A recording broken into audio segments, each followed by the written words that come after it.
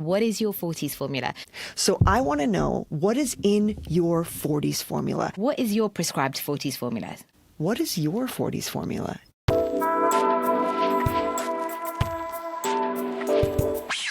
I thought about this question, which you did ask prior, and I just thought about this quote.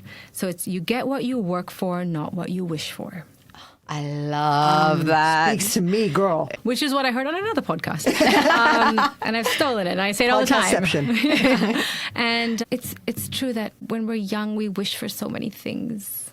We wish for that perfect thing, and we wish and we want. And, you know, our kids blow candles out on a birthday cake wishing for things, or going to bed at night wishing. And I'm like, it's not that, guys. It's not that anymore. You're not going to get anything by wishing and praying and hoping.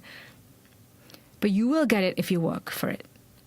You know, the grade in school, to be happier, the promotion. You will if you work. So you get what you work for, not what you wish for. And as I transition to the next phase, your 40s, 50s, 60s, hopefully on and on, you can give more effort and more intention and more mindfulness to the things that you want.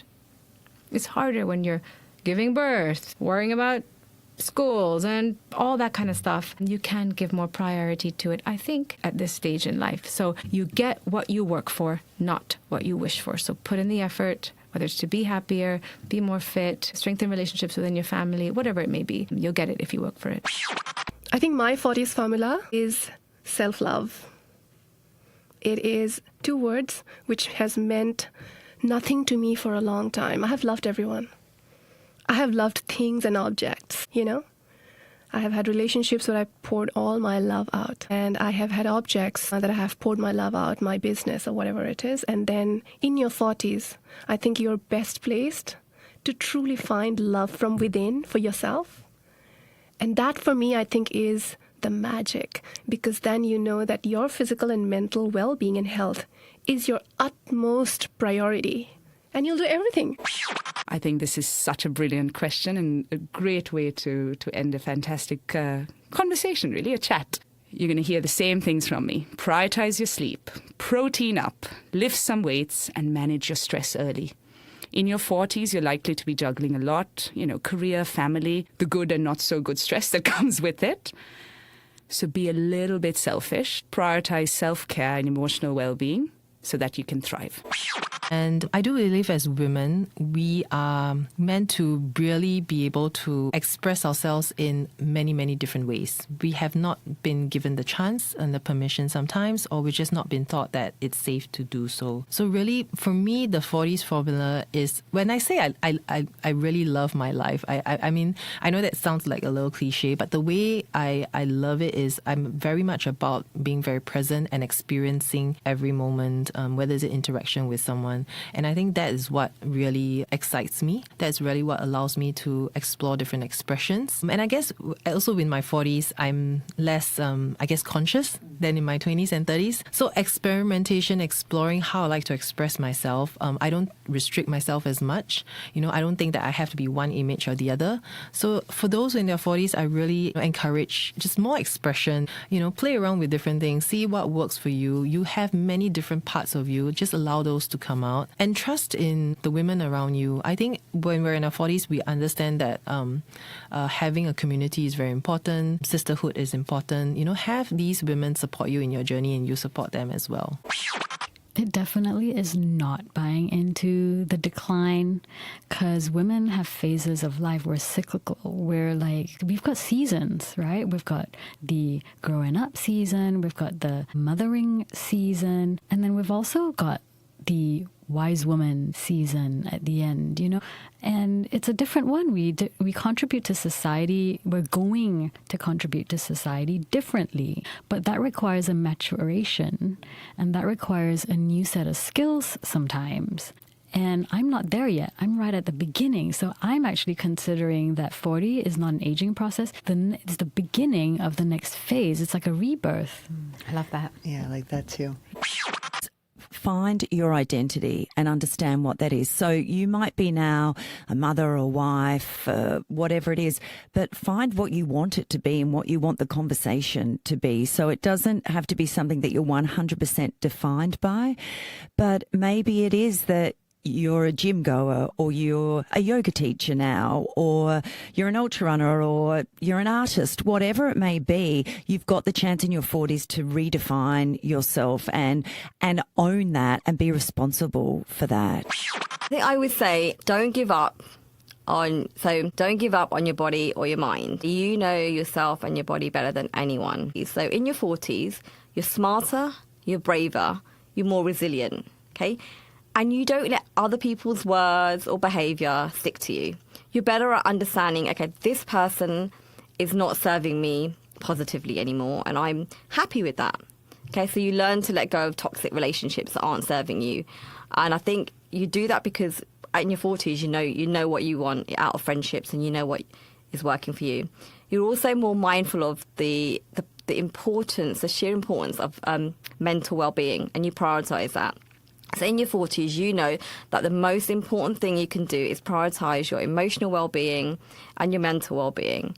And you realise that doesn't make you a selfish person, because it makes you be a better person for yourself and for everyone else around you. It would be that what you wear on your body can give you the confidence on the outside and on the inside. I love it. Invest in yourself. Yes. This is the stage to flourish. My 40s formula is to evolve, to not get fixated on what I think is the best or what I have known to be the best, which means I'm ready to change. The second thing is to move, and I love dancing. So finding different ways to keep moving, and I'm also using it as a symbolic stance, that not to stay in one place and not to have a stagnation in what you do and how you think, to move. And I think just to enjoy the process. The biggest non-negotiables and the biggest advice that I would give to others who are either entering their 40s or are already in their 40s is to set boundaries. Sleep, get a good night's sleep. Find somebody you can talk to. So that's a therapist or a friend or whatnot. Having someone you can share with is really important. Focus on whole foods, not all of the time, but most of the time. And lift heavy things. Yes. Yeah. I'm hearing it. Yeah. I love that last one. Exclamation point. Yeah. So yeah, that's my 40s formula. I think the best way is focus on whole foods. Be mindful when you're eating. Be aware of your food cues and your hunger cues. Be hydrated. Hydrate yourself. Prioritize the sleep and self-care. So I think those are probably the main, tips I will give someone that wants to be great in their 40s. That is, give yourself permission. There's so many things that can lend to. So give yourself permission to sleep in and go and exercise later in the day. Give yourself permission to skip going out for a meal if you don't feel like it. Give yourself permission to, take time out to understand your body and what's happening to it as you age, or give yourself permission to step away from a toxic relationship or friend. I think that is at least my mantra for me at the moment as I'm trying to navigate what's going to happen, because I feel like maybe some of it started, maybe it hasn't, maybe it's all in my head, I don't know. But I really want to be prepared for it. And I think if I'm at least prepared by giving myself permission to understand what's happening, to research about it, listen to topics on it, speak to people like yourselves, then that's probably my best mantra that I would pass on to anyone else. I would say that, for us, when our kids are young, the transgressions are minor. Spilling a cup of water, drawing on the wall with markers, right? But when they're older, when they're teens, it's going to be things like dating an unsavory character, coming back from the bar with someone who's offering to drive you home. How willing are they to come and tell us their mistakes?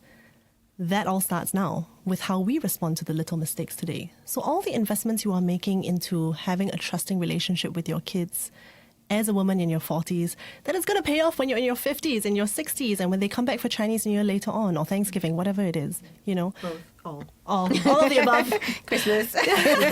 That's all going to pay off. So really stay the path of cultivating a deep and mutually respectful relationship with your kids. Respect can't just go up, it has to go down too. While kids, they will feel that, and that's when they're at the sidewalk deciding, should I jump into this drunk driver's car or should I not? That's when they're going to be like, you know what, I'm not going to. Instead, I'm going to call my mom. She's not going to be happy that she got woken up at 3 a.m, but she's going to be my safest ride home tonight. And I would rather call her than jump into this drunk dude's car. And I think that is a North Star that we can hold with ourselves to know that this will get better in the decades to come. This is the foundation we are setting up to lead our kids, but also ourselves, up for success. But so I guess what I can really talk to is my own personal experience in my 40s, all that time ago. The first one is, I think, is to really intentionally detach from the requirement for external validation. You know, and I think for many of us, not everyone, but for most of us in our 20s and our 30s, we're running a story of where we think we should be, you know, timelines. We're exposed to a lot of shoulds. Yeah. What you should look like, how productive you should be, how perfect your children should be, you know, put together you should be. And I do think you get to the 40s where you've been around the block enough where you realise how unrealistic all of that is, first of all. But also you want a sense of liberation from being under the thumb of any other kind of perspective or story. So I think intentionally detaching, and the way that you do that is to look at your reactive responses to different events, different people, different conversations that you have, how you respond to different content, and get super intentional about that. What are you allowing into your life and into your mind? And it's okay to say no. And it's okay to create a bit of space between yourself and people who you're not vibing with or who are extracting energy from you. It's okay. So backing yourself, getting really intentional. And then I would say, I see the 40s, it certainly was for me, even though I was obviously still mothering, and you're always mothering, but as a bit of a transition too from, if I talk in archetypes, right, from sort of warrior, mother type archetype into queen, crone type archetypes. I see the 40s as the start where we really leverage our wisdom and we really leverage our awareness. And so for me, that has turned into a journey of fully exploring that, and with great glee and joy. And that has become my offering now, is the sharing of ideas and wisdom to help liberate people and for them to live fully in the full spectrum, the full pole of what they're born with, which is mind, energy, their beautiful body, and all of it's one, and their spirit, and all of it is one system. Well, when it comes to sleep, I would say, like, you know, self-care, making sure, you know, you exercise, you eat healthy, don't drink too much alcohol, you know, limit caffeine and all that thing. Make sure you have a real sleep bedtime routine. Just, yeah, really be aware of, like, prioritizing your sleep, because when you do, that really enhances everything in your life. But also, we all have a period of time when we not sleep well. It's happened to everyone. We're all stressed with work, the kids, personal thing. So let's not just try focus on, you know, when something like this happens, when you don't sleep well, trying to be, oh, now I can't sleep. It's happened to everyone. So just move on and you're going to, you know, go back and have a good sleep. Okay, so the first one is don't be embarrassed to get things to help you with your sex life, whether it's lubricants, whether it's sex toys. Don't be embarrassed with that, because we use devices to help us have an easier life. Why do we think it will be otherwise in this area in our life? I think that would be the biggest one. Then the next one is the moment you feel something is off with your body, first of all, be very aware. But the moment you feel something is different, something has shifted, something is affecting you, distressing you, get support sooner than later. I think this is why men live longer when they're married, because their wives are sensitive to their changes and watches out for them and next at them, makes sure that they go to a doctor. But make sure you do that for yourself as well. Yeah, I think that would be the second one. The third one is, I cannot emphasize this enough, we give so much to people. It's really important that we take care of ourselves. I came across this YouTube video that said this, and it's kind of my favorite phrase at the moment. Men don't remember what you do for them. Men remember what you do for yourself. That's lovely. Eat lots of fibre. Make sure it's diverse. Make sure you have as much diverse fibre as you have diverse friends. So make sure you have friends that have differing views to you, that support you but challenge you at the same time. And, yeah, kind of use those in combination and really try and maximise that opportunity to support your gut health.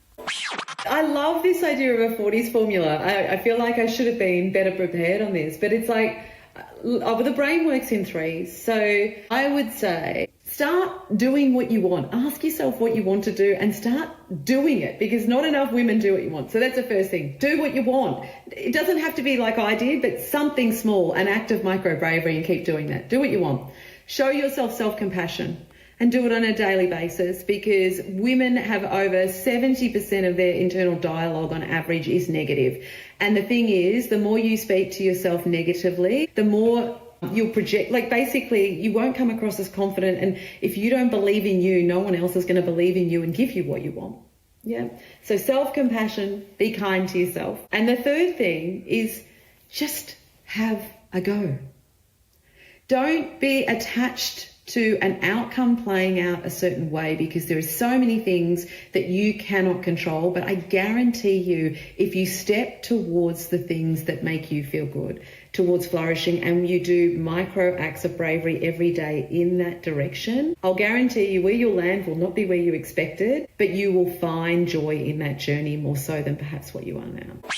First of all, I want to say, actually, I love my 40s. Yeah. And I think, and it's a really busy season, right? We all know it's a really busy season. But actually, I think my takeaway and what I want to say is actually prioritize you and your health. And I'll do that by using the 6 pillars again of lifestyle medicine. Because here we're talking about healthy health span and healthy longevity. And that's the aim we all want in our lifetime. Okay, so healthy longevity, health span is living as many good years in good health. So I'd say, prioritize you, prioritize your health, and look at your health using those 6 pillars. So it's not just about how much alcohol I drink, what my blood test shows, but actually look at you, look at exercise, nutrition, sleep, your mental health, where your positive social connections come from, and enjoy your health journey. I think the 40s formula for me is about really enjoying your life. And I think we forget sometimes that it's meant to be enjoyed. It's meant to be a time that we're thriving. And so in our 40s, things change. And that's okay. We've just got to adapt. And so you've got to find the thing that works for you, whether or not that's my supplement, another supplement, HRT, whatever it is. Weightlifting. You've got to find something that gets you back to feeling like you again. And I think women really often put themselves last. We have family, we have jobs, we have all these other things that come up the top of the list. And I think my advice for women in their 40s is just remember that it's meant to be enjoyed. So find the thing that you thrive with. Find the thing that fills your cup, because it is still meant to be enjoyable. You got it, girl. Okay, so I really feel that is actually a very powerful stage, right? And this is a stage where you have already gone through a lot of emotions. You've already gone through a lot of ups and downs. So now you already know, and you're very much self-aware of the things that you want in your life and the things that you want to get rid of. So at this stage, I want to request all the women in this particular stage that instead of being self-critical, be self-aware. Okay? So when you look in front of the mirror, and when you're doing your skincare and when you're doing your hair care, instead of focusing on the pigmentation and the fine lines and the receding hairline and how much your hair fall is happening, focus on really looking in the mirror and just reaffirming and reassuring yourself that, you are here today to take care of everything. Change your negative thoughts into positive. Reframe your negative thoughts. So instead of saying that, oh, look at the fine lines, say that today I'm going to take care of these fine lines. Instead of looking at the pigmentation marks and say that, oh my God, my skin looks so dull, focus on saying that, okay, today I'm going to tackle this with my vitamin C, right? So the moment you change your focus and you make these mindful choices, you're going to enjoy this beautiful phase and you're going to love it even more. From self-critical to self-care. Look after yourself. We spend all of our lives looking after everybody else. Put yourself first for once. Go and have that facial, go and get that mani-pedi, go and have a massage, go away for a weekend on your own if you can, and your friends. Spending time with your friends, they big you up, they empower you, they make you feel, part of a community and, and it's empowering. We're always with our friends, with our families, but actually spending time on ourselves I think that's the 40s formula. Dance to the beat of your own drum. Oh, I love that. Yep, we're all about dancing and keeping it alive. I think I want to share that, and just to allow, especially long-term couple, not to get panic when the sex dwindling. It's just normal part of life. Probably for me, I learnt this in mid-40s, embrace it, because it's going to happen, right? But you get to decide what that looks like. Yeah. I personally, I've done some of my biggest achievements in my 40s. I've started a new business and I'm nearly 50. Amazing. I learn new things because, like I said, I'm nearly an empty nester as well. What am I going to do with my time? And sit around and mope, or I can pick up new skills, things that I've always wanted to do in my 20s when I couldn't, or my 30s when I had a family. I'm doing that now because we've got the resources, everything's online. We can do anything. So pick it up and do it and stop making excuses. Well, sleep. If you're not getting a good night's sleep, everything else will just utterly fall apart. And I'm obsessed with getting a good night's sleep. And I nap. And everyone who I know who strategically naps is usually a good sleeper at night because you lean into sleep and you love sleep. And I'll do anything in the world to protect my sleep. It's number one. The next is just stop taking everything so there's not just enough self-deprecation and like lack of seriousness. Like the women I hang out with, like say in my dance group and who swim, and they're just so funny and self-deprecating, and we just have so many laughs about ourselves and at each other's expense, and we just don't take it all too seriously. So having like some kind of social group where you can just like enjoy that, I think, like laughing at each other is quite funny. Not in a mean way, but like we have just so much fun. And so like just having the right kind of sort of social networks around you, and not like just taking it all so seriously. And then I am very fortunate because I was an S, another S, sleep and social, and it's like the sea. Like that is the place I'm looking out at it right now. I'm very fortunate. I could see it out the window. Just having somewhere where everything kind of washes away. Like, that place you can go and, salt water, get in under the sea, and everything is cured. So sleep, social networks, and the sea. The 3 S's for success. And swim after the shark, not away. Cut out the stuff you don't want to be doing anymore, right? So there's a lot of women transitioning from the workplace because they don't want their energy drained in places where they're not being appreciated. Don't be afraid to make bold, drastic changes. Sometimes it takes 40 years, 45 years, whatever that is, to discover what your actual purpose in life is, to discover what you're meant to do. And each one of us has a gift that we can bring to the world, and maybe now is your time. So if you feel that pull towards a different calling, don't be afraid. The universe will help you if you're properly aligned with that. That's number 2. I see that a lot. A lot of women spend the majority of their lives being miserable, and that creates a cascade of other problems that are health related. And the third is take care of yourself now, because when you're 60 years old, when you're 80 years old, when you're 100 years old, you're going to look back at this time and be grateful that you took a pause, you took care of yourself, you changed what you had to change, and you're going to live a healthy, happy, fulfilled, content life rather than live a life with regret. Well, the short answer is to give less fucks. I love it. And the longer answer is really, I think, well, I've been talking a lot about self-agency. So I've been asked to do a few speaking appointments, and I have been doing a lot of reflection on what has really enabled me to create the life I love and, jump on a plane and go and do events and come home and, be with my kids and not work crazy hours and all the things that I love. And it really has come down to this ability to believe that I have the power to create my own destiny. And so it's mindset, but in a better way than just saying mindset. It's really about the belief that we are in control and that we can build self-agency. So we can strengthen that muscle of agency through surrounding yourself with good people and educating yourself. I love listening to podcasts as a form of education, knowing what your limiting beliefs are and addressing them, tapping into your intuition. And then the last one is just taking action. I'm a big advocate for action. So for me, I actually came up with an acronym, which I know that Dr. Menka's husband Arun loves, which has been, I think, my mantra, which is AIM. So awareness. So first being able to have a sense of non-judgmental, compassionate awareness as to the stage of change where you're at. This is where I'm at, with that sense of acceptance, because you're starting from this point, right?